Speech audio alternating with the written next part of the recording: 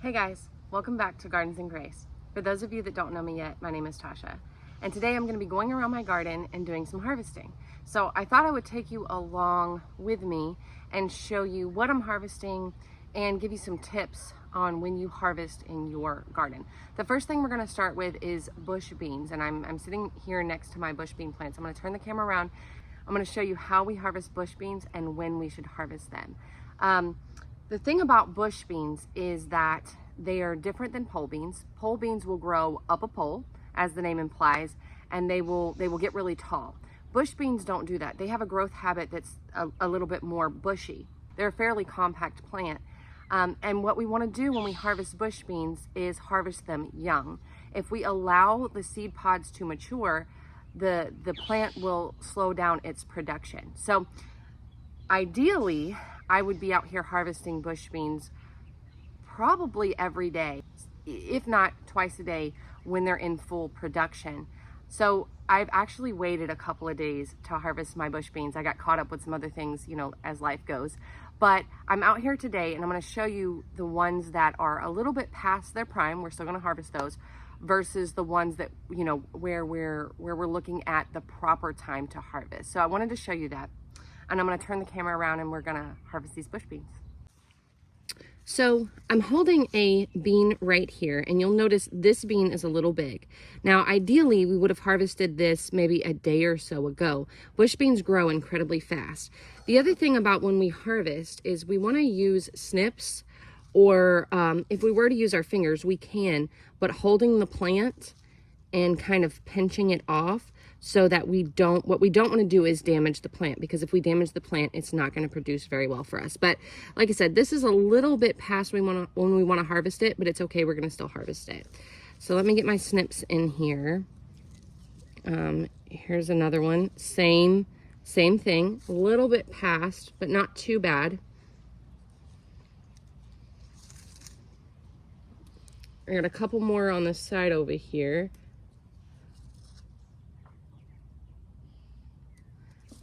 Now, here's a pretty good example of when we want to harvest them, what we want them to look like when we harvest them. So you'll see that this one's just a little bit less mature than this guy. It's a little bit smaller. You see right here, the seeds have begun to form on this one, which is what tells us it's a little bit past its prime. This one is right there where it's starting to form up a little bit, but it's not, we don't see the seeds bulging out. So that would be a very good time to harvest. I've got a few more over here.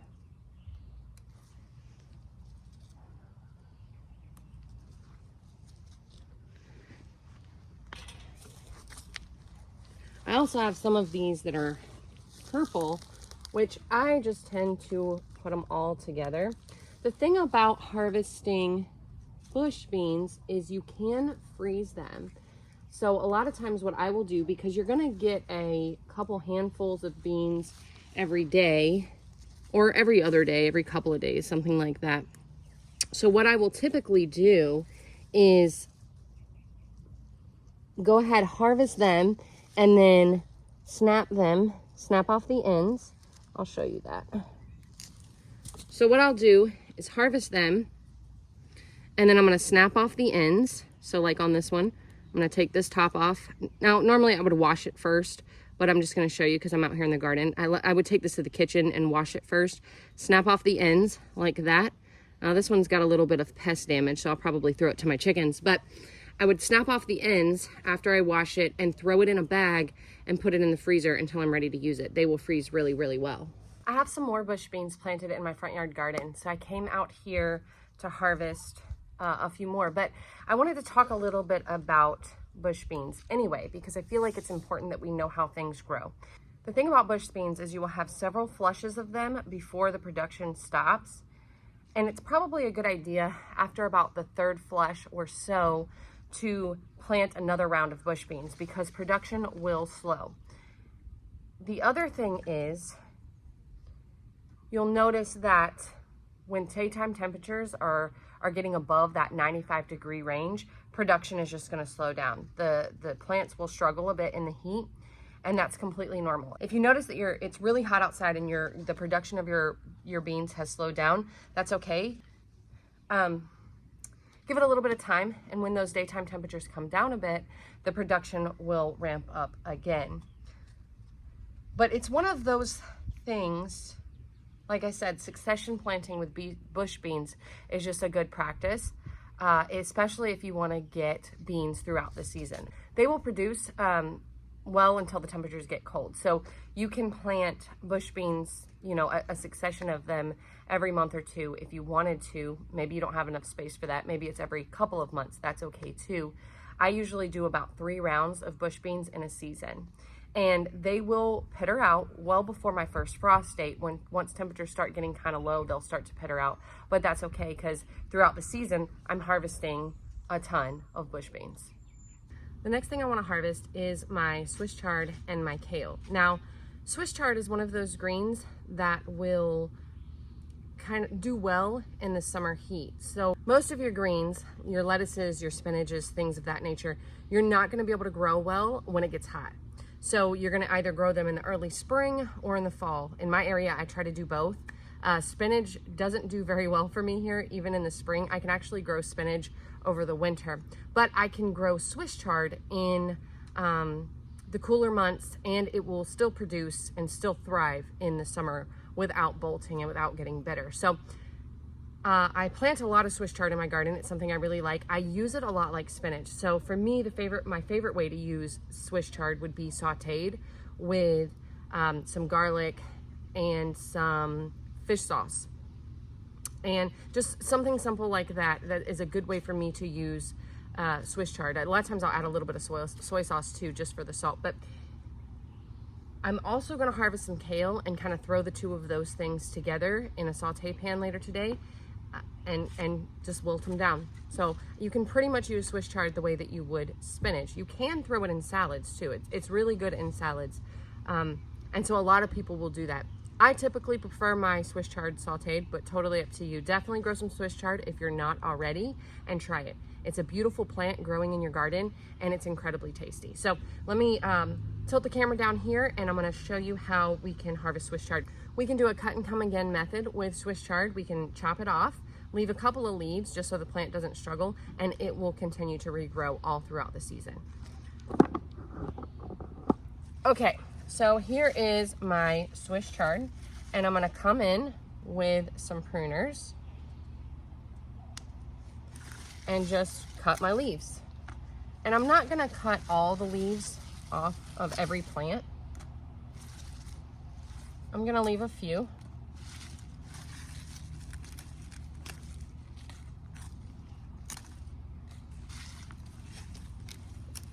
You'll notice that my Swiss chard is really close together. The reason for that is Swiss chard seeds are like beet seeds. They're actually a seed pod. You plant a Swiss chard seed, what you're actually planting is multiple seeds. A lot of people don't realize that. But because of that, I could come out and thin.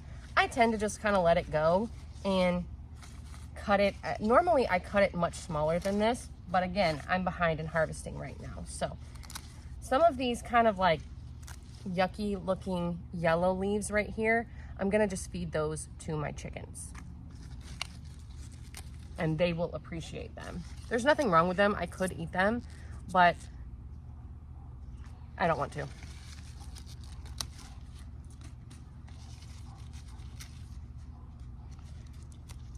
Like I said, I typically like to harvest these more as baby leaves, like a baby green, but because I'm behind on my harvesting,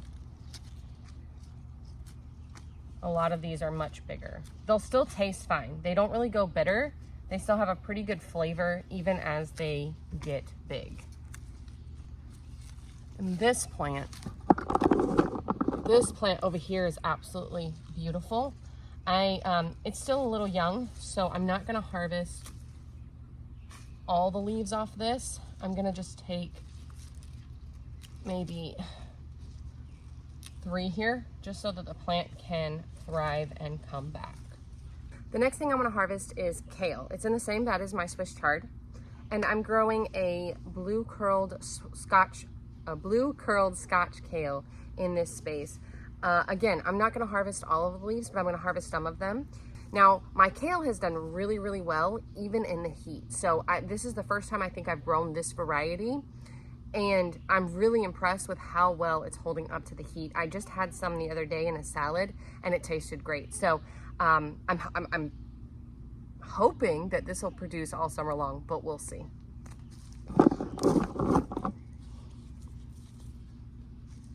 So kind of same thing here. I'm gonna just kind of come in, take some of the leaves. And as I'm doing this, any leaves that I see that are on the ground and maybe not doing well, I don't see a lot of examples, but if I see a yellowing, maybe this was a good one. I don't know if you can see this here, but there's a yellow leaf right here. I'm gonna take stuff like that off. And because I don't want my plant to become diseased, and any unhealthy leaves is just gonna lead to more pest pressure and more opportunity for disease to set in. So I'm just harvesting the pretty leaves and putting them in my basket. The yellow ones, I'm just gonna harvest them, and I'm not gonna eat those. I could give them to my chickens, but I'll probably just kind of throw them down and let them decay in place. My daughters have bearded dragons, and the bearded dragons really love the kale. It's really nutritious for them. And so not only do I grow it for us, I also grow it for the bearded dragons. As I was walking by, I noticed that I also have some strawberries that need to be harvested. Now you'll notice my strawberries are under a netting. This is to keep the birds off. If I take this netting off, the birds will come in and take a bite out of, I swear they will take a bite out of every single strawberry that's starting to ripen. They won't eat the whole thing, they'll just take a bite out of each one. So I keep it covered in netting just to protect it. I have a few strawberries here that one's gonna go to the chickens. That one's a little overripe, but that's okay. Some of these don't look great. They've been sitting on the ground. Oh, that's okay. They can go to the chickens. The chickens will much appreciate them.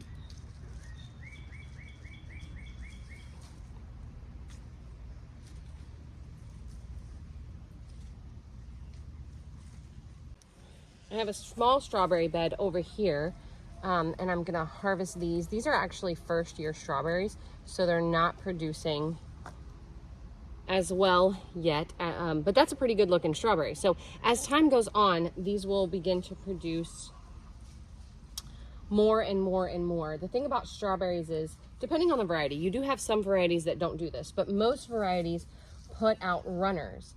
And so they kind of self-propagate. And so you'll start with like 10 strawberry plants, and within a year or two, you're gonna have 20 or 30 strawberry plants. I have a sunflower that just needs to come out here, so that's gonna come out. We're gonna take that to the chickens too. So these over here look much better. This one got chewed on by something. I don't know what did that. But I did just put this netting on. So if it was beginning to ripen before I put the netting on, the birds may have gotten to it. Slugs are also an issue when it comes to my strawberries. I don't know why they like them. But I'm noticing I didn't have this problem last year I didn't have a problem last year with slugs, but this year I'm having a problem with slugs on my strawberries. So I need to figure out what to do about that. I also have some lettuce over here that's just kind of past its prime. I'm gonna go ahead and pull that stuff out.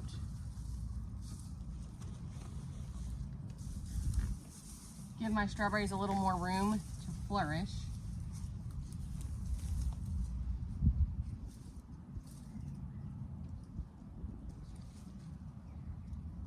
All right, and this lettuce, I know it's went a little bitter, so I'm not going to eat it. I'm gonna throw it to my chickens, and they will still appreciate it, bitter or not.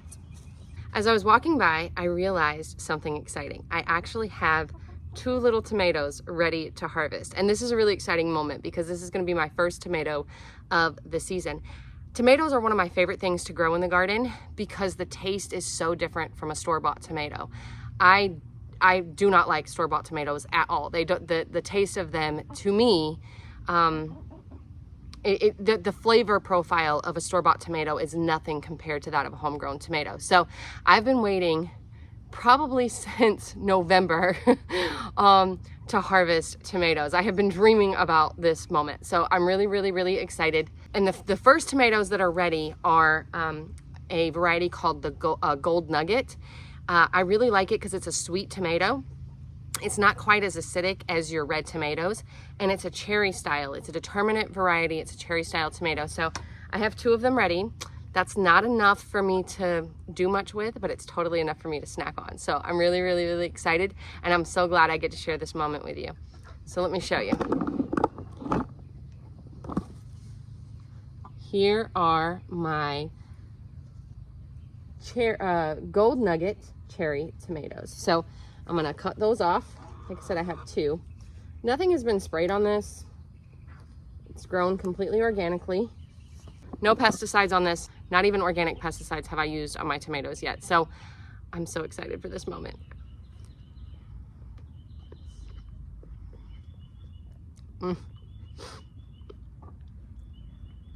Man, that's amazing.